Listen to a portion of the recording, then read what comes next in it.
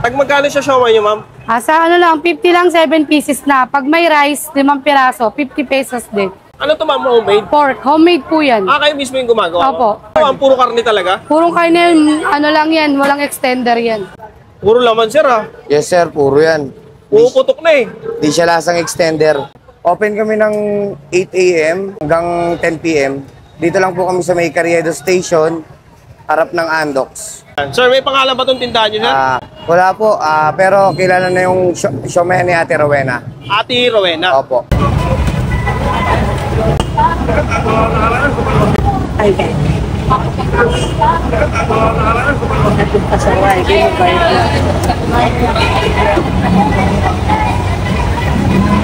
Magkano yung kanya?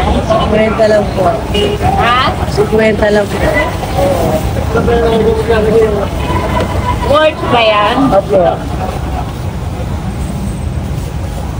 Ano yung pito, no?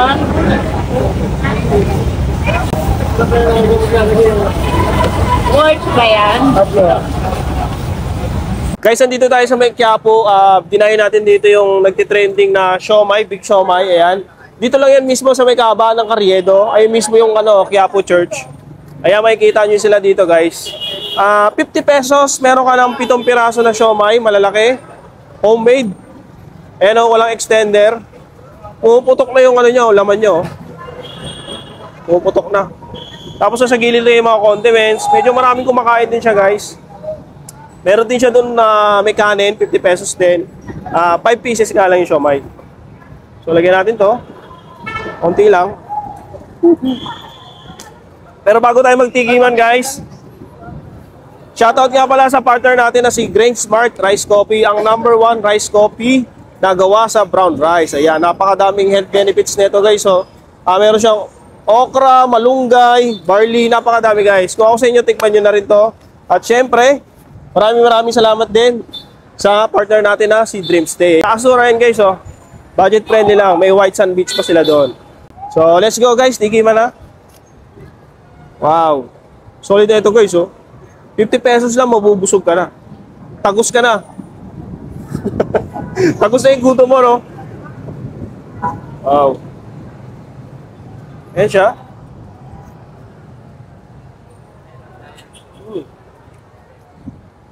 Kabisa. May nakausap tayo dun kanina. Si nanay.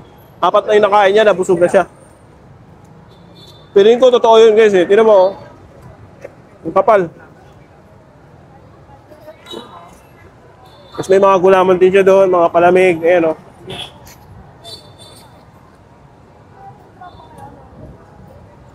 Tapos, guys, nagbubukas naman sila dito simula 8 a.m. hanggang 10.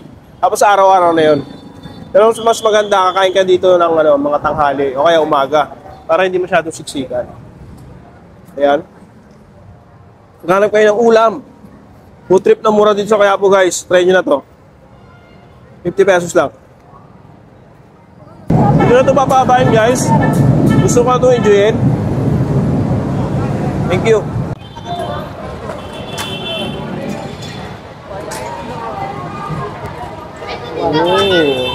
Yes, pwede yan. Bali 20 pesos, sir. Thank you, sir. Thank you, sir. Dito.